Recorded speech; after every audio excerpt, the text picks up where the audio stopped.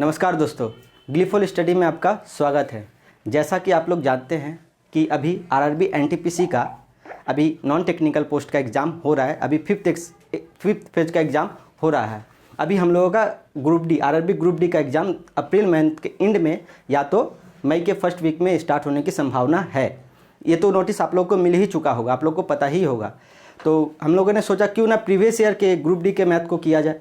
तो previous year में RRB group D में लेवल 1 का 17 मार्च 2018 का शिफ्ट 1 का क्वेश्चन आज हम लोग करने जा रहे हैं।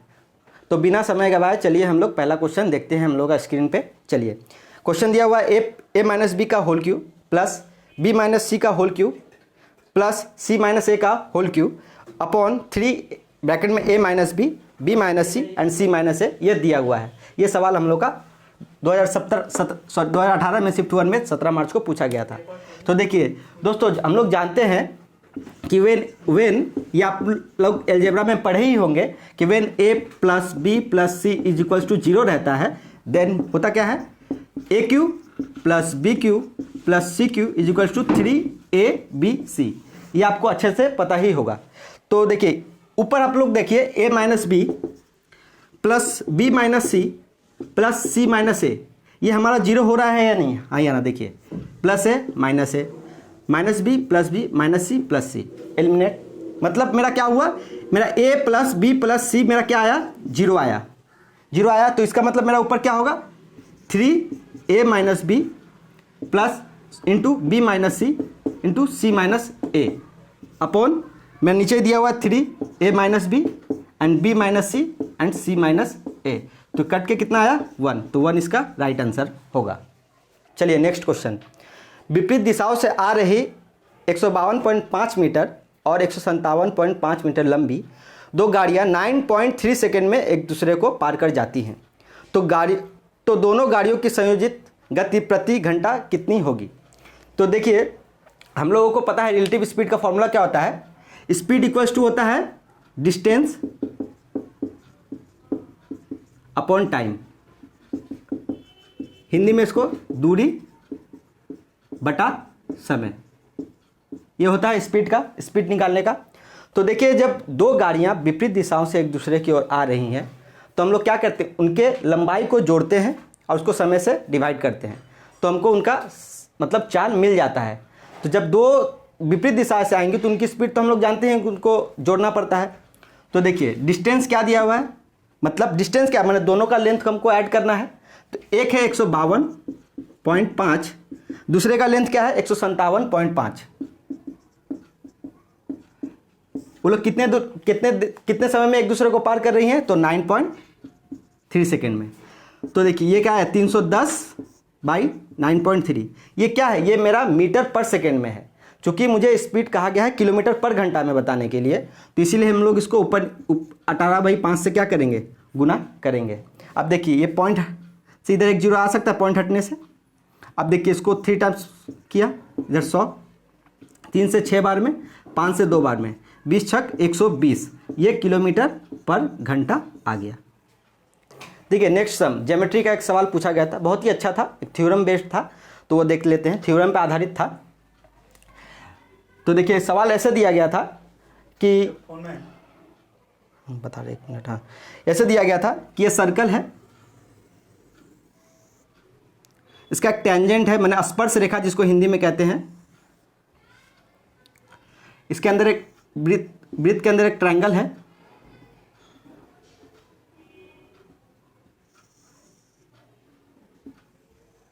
त्रिभुज है, त्रिभुज ABC, और D क्या है, उसकी स्पर्श रेखा है। इंग्लिश में इसको टेंजेंट कहते हैं, हिंदी में इसको स्पर्श रेखा कहते हैं। तो देखिए, और आपको क्या गिवन है, आपको क्या दिया गया है, AE जो है AB EC के यानी ED के EC के समानांतर है। क्या हुआ, आप करिए ना, AB ED के पैरेलल है, माने समानांतर है, ठीक है। तो आपको दिया है BCD 72 डिग्री, BCD ये है आपका 72 डिग्री दिया हुआ है। तो आपको पूछा गया है एंगल BAC कितना होगा, कोण BAC कितना होगा, मतलब आपको पूछा गया है BAC, ये वाला एंगल आपको पूछा गया है कितना होगा। तो देखिए एक थ्योरम होता है, हम लोग सर्कल में पढ़ेंगे, अल्टरनेटिव सेगमेंट थ्योरम पढ़ते हैं हम लोग, अल्टरनेटिव सेगमेंट थ्योरम। हम लोग जानते हैं, जैसे कि हम लोग जानते हैं अल्टरनेटिव सेगमेंट थ्योरम में हम लोग क्या जानते हैं कि कोई वृत्त है, वृत्त का कोई टेंजेंट है, स्पर्श रेखा जिसको कहते हैं, टेंजेंट है। अगर टेंजेंट से कोई कॉर्ड निकलता है, अगर टेंजेंट से कोई कॉर्ड निकलता है, जैसे मान लीजिए DE, मैंने कुछ भी नाम दे दिया, D मान लीजिए टेंजेंट यानी स्पर्श रेखा है, और इसमें AB क्या है, कॉर्ड है।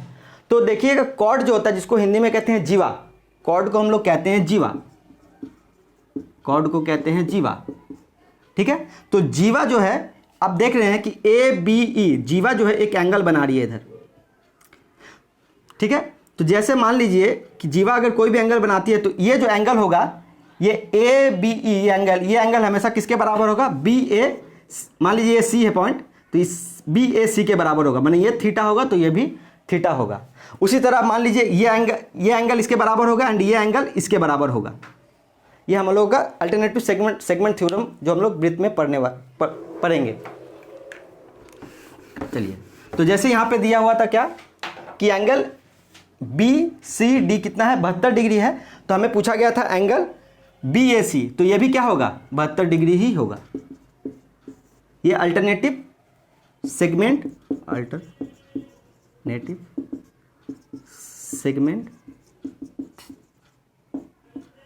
थ्योरम, इसके वजह से अल्टरनेटिव सेगमेंट थ्योरम के कारण ये जो होगा ये सेम होगा ये एंगल। अगर ये एंगल आपको पूछता तो आप इस यहाँ पे जो भी एंगल होता उसके बराबर ये हो जाता, ठीक है। चलिए देखिए नेक्स्ट क्वेश्चन, बोला यदि एक संख्या है, आपके पास दिया गया संख्या x4461, ये जो है 11 से विभाज्य है।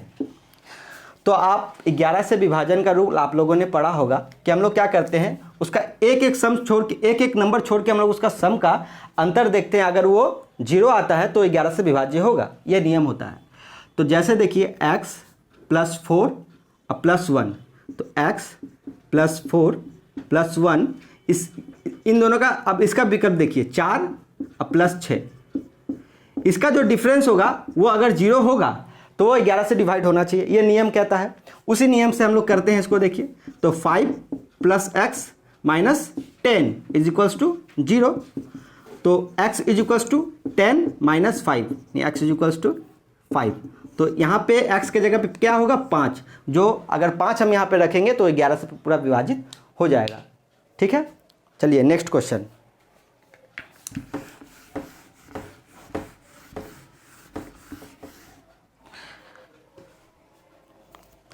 चलिए दिया है A, B और C एक टैंक से जुड़े 3 वाल्व है। A और B मिलकर टैंक को 6 घंटे में भर सकते हैं। क्या दिया है, A और B मिलकर टैंक को 6 घंटे में भर सकते हैं। चलिए ठीक है। B और C मिलकर टैंक को 10 घंटे में भर सकते हैं। B और C मिलकर टैंक को 10 घंटे में भर सकते हैं। और A और C मिलकर टैंक को 7.5 घंटे में भर सकते हैं। A और C मिलकर 7.5 मतलब 15/2 लिख सकते हैं। चलिए अब देखिए, अब हम क्या करते हैं, इसमें हम लोग क्या करते हैं, टोटल वर्क निकालते हैं। पहले हम लोगों का ये रहता है कि टोटल वर्क निकालना पड़ता है, फिर उसका एफिशिएंसी निकालना पड़ता है। क्योंकि टोटल वर्क और एफिशिएंसी अगर पता चल जाए हम लोगों को तो हम लोग कैसा भी रहे हम लोग बता देंगे कि कितने दिन में कोई काम हो रहा है। चाहे इंडिविजुअल किसी का भी पूछे या सब तीनों मिलके पूछे, या जो भी ABC तीनों मिलके पूछे, या सिर्फ A का पूछे, या सिर्फ B का पूछे, या सिर्फ C का पूछे। तो यहाँ पे टोटल वर्क निकालने के लिए क्या करते हैं हम लोग, LCM लेते हैं, लघुत्तम समावर्त। तो 6, 10, 15 का क्या होगा 30 होगा। इसको हम लोग क्या करेंगे, इंडिविजुअल डिवाइड करेंगे। 6 से ये कितने बार में जाएगा, 5 बार में। 10 से ये कितने बार में जाएगा, 3 बार में। अब 15 से 2, 2 दूना 4, ये जो 2 ऊपर जाएगा तो पलट के 4 हो जाएगा। ठीक है, इसका मतलब हमको क्या पता चला कि A + B अगर एक दिन में करेगा तो 5 यूनिट करेगा, B + C अगर एक दिन में करेगा तो 3 यूनिट करेगा, और C + A एक दिन में करेगा तो 4 यूनिट करेगा। तो हमको बोला गया था कि A अकेला करेगा तो कुल कितने समय में करेगा, A अकेला। तो देखिए यहाँ पे देखिए, अगर हम A + B + C का एफिशिएंसी निकालते हैं तो हम लोग LHS वाले लेफ्ट हैंड साइड वाले को तीनों को ऐड करते हैं, इधर भी तीनों को ऐड करते हैं। तो हमें क्या मिलता है, 2A + 2B plus 2c equals to 12 मिलेगा आपको। अगर हम 2 कॉमन ले लेंगे तो a plus B plus C equals to 12, मतलब मेरा क्या आया, a प्लस बी प्लस सी मेरा क्या आया 6, 2 से काटेंगे 2 छक 12 6। तो अब देखिए मुझे चाहिए ए का एफिशिएंसी सिर्फ, तो देखिए बी प्लस सी मेरे पास कितना है 3 है, तो मतलब ए कितना होगा, बी प्लस सी की जगह पर अगर 3 रखेंगे इक्वल टू 6, तो a equals to 6 minus 3 equal to 3, मैंने ए की इफिशियंसी कितनी है 3 है। तो अब यही टोटल वर्क है, यही 30 वर्क है जो ए अकेला कर रहा है, तो ए अकेला एक दिन में कितना करता है 3 यूनिट, तो कितने दिन में कर देगा वो 10 दिन में कर देगा। सॉरी घंटे है तो 10 घंटे या 10 दिन कुछ भी हो, हम लोग अगर 1 यूनिट निकाल लेते हैं, चाहे वो 1 घंटा हो या 1 मिनट हो या 1 सेकेंड हो या 1 दिन हो, ठीक है, तो हम लोग क्या करते हैं उसको जस्ट 1 दिन का उसका यूनिट या 1 घंटा जो भी कहे उसको टोटल वर्क से डिवाइड कर देते, तो उसका निकल जाता घंटा दिन जिसमें पूछा आपको, ठीक है। तो इसका सही उत्तर होगा 10 घंटा। चलिए नेक्स्ट क्वेश्चन।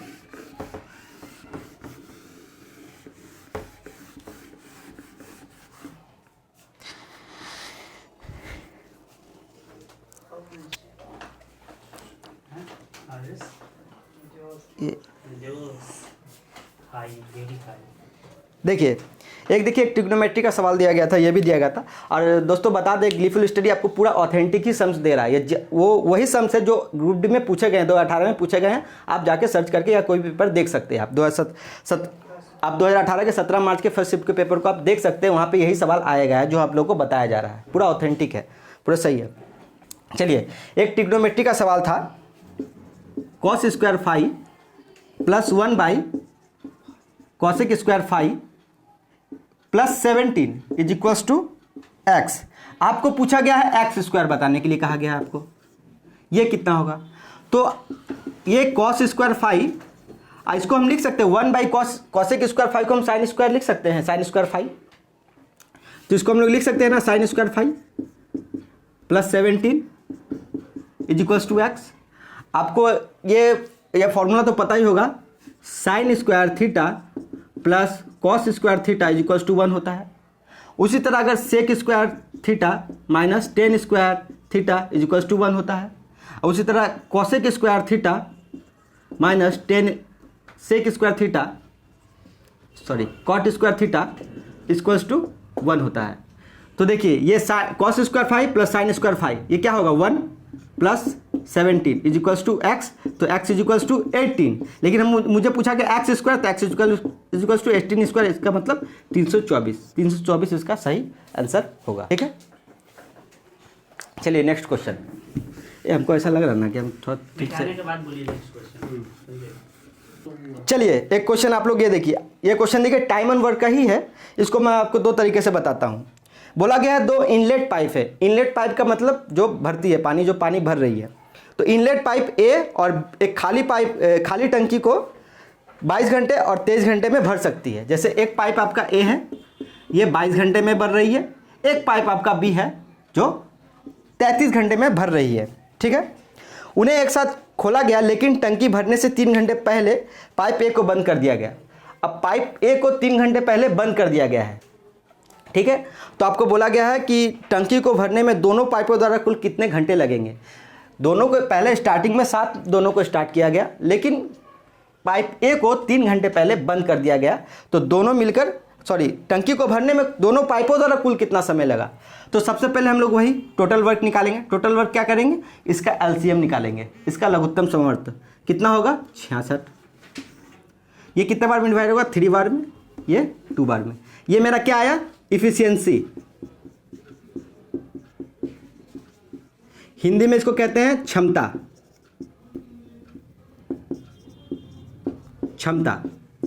ठीक है। ये टोटल वर्क मतलब कुल कार्य।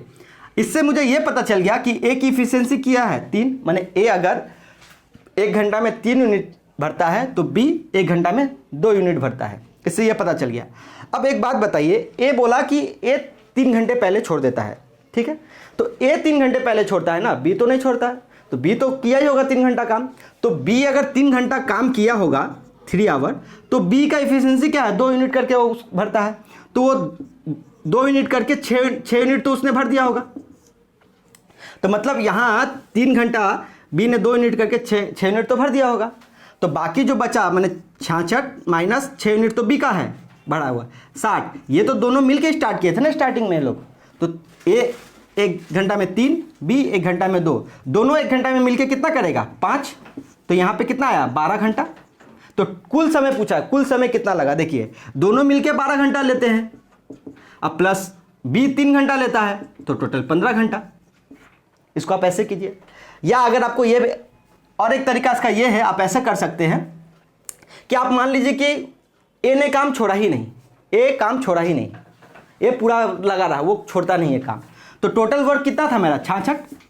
अगर एक काम करता, अगर एक काम करता, ए का एफिशिएंसी 1 घंटा में 3 यूनिट भरने का है, तो वो 3 घंटा उसने हमने क्या माना कि वो काम पूरा किया है, वो छोड़ा ही नहीं, 3 घंटा पहले छोड़ा ही नहीं। तो 3 घंटा में कितना भरता 9, 3 घंटा में 9, इन दोनों का सम कितना हुआ 75।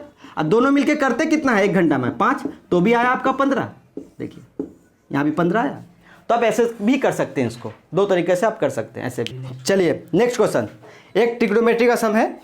चलिए sec to the power 4 theta minus sec square theta is equals to 3।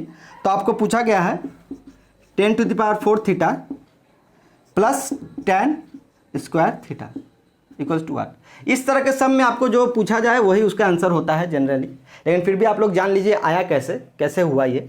देखिए ये sec to the power 4 theta minus sec square theta equals to 3। तो इसको हम लोग सेक स्क्वायर थीटा अगर हम लोग कॉमन ले लेते हैं तो यहाँ क्या बचता है sec square theta minus 1 is equals to 3 होता है। अब चलिए सेक स्क्वायर थीटा, इस sec square theta minus 1 equal to क्या 10 स्क्वायर थीटा हम लिख सकते हैं। आपको थोड़ा देर पहले ही हम बताए थे कि sec square theta minus 10 square theta equals to 1 होता है या नहीं। तो आपको अगर सेक स्क्वायर थीटा ये 1 इधर लाए -1 तो is equals to 10 square theta होगा, हाँ या ना। तो sec square theta minus 1 equal to 10 square theta हम लिख सकते हैं। तो मुझे क्या रीजन मिला sec square theta into 10 square theta equal to 3। चलिए ये मुझे पता चला। तो देखिए आपके पास क्या दिया हुआ है 10 to the power 4 theta, 10 to the power 4 theta plus 10 square theta, यही है। अगर यहाँ से भी हम लोग 10 स्क्वायर थीटा कॉमन लेते हैं तो क्या बचता है 10 स्क्वायर थीटा प्लस 1। तो 10 स्क्वायर थीटा इंटू ये 10 स्क्वायर थीटा प्लस 1 को सेक स्क्वायर थीटा लिख सकते हैं, हाँ या ना बताइए। देख लीजिए इधर से sec square theta minus 10 square theta equal to 1।